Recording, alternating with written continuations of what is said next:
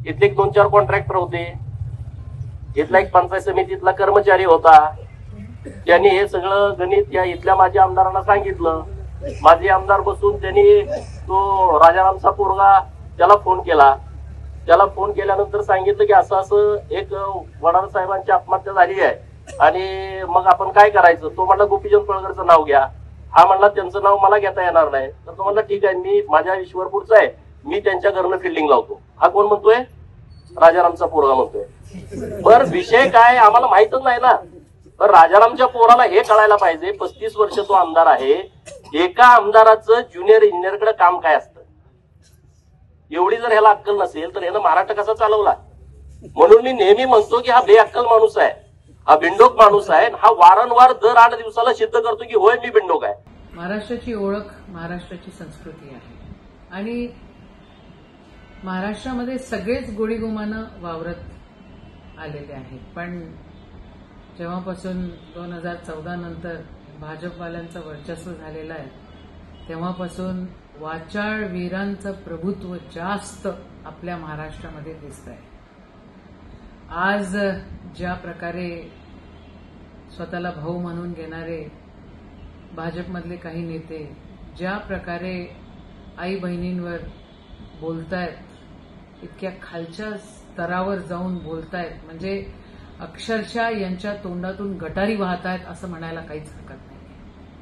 आणि वरिष्ठ नेते जे भाजपचे आहेत ते या सगळ्या गोष्टींसाठी खतपाणी घालतायत.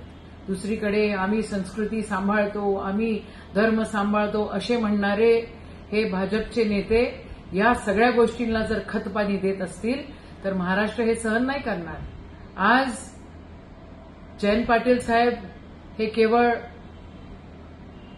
माजी मंत्री किंवा आमदार नाही आहेत, हे राजाराम बापूचा पूर्ण वारस आहे आणि राजाराम बापूंनी शेतकऱ्यांसाठी, या दीनदलितांसाठी, महाराष्ट्रासाठी त्यांचं योगदान खूप मोठं आहे.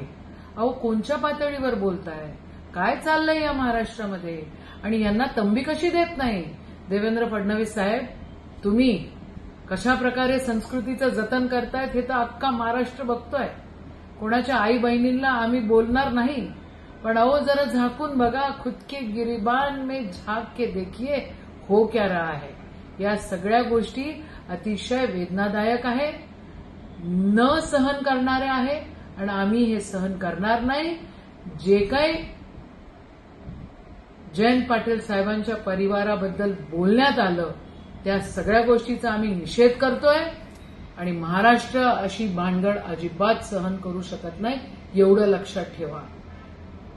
आदरणीय नरेंद्र मोदी साहेबांच्या आईंना काही बोलल्या गेलं आणि कोणीतरी आलतू फालतू माणसांनी बोललं तर तुम्ही म्हणतायत की ये देश की माताओं का अपमान है.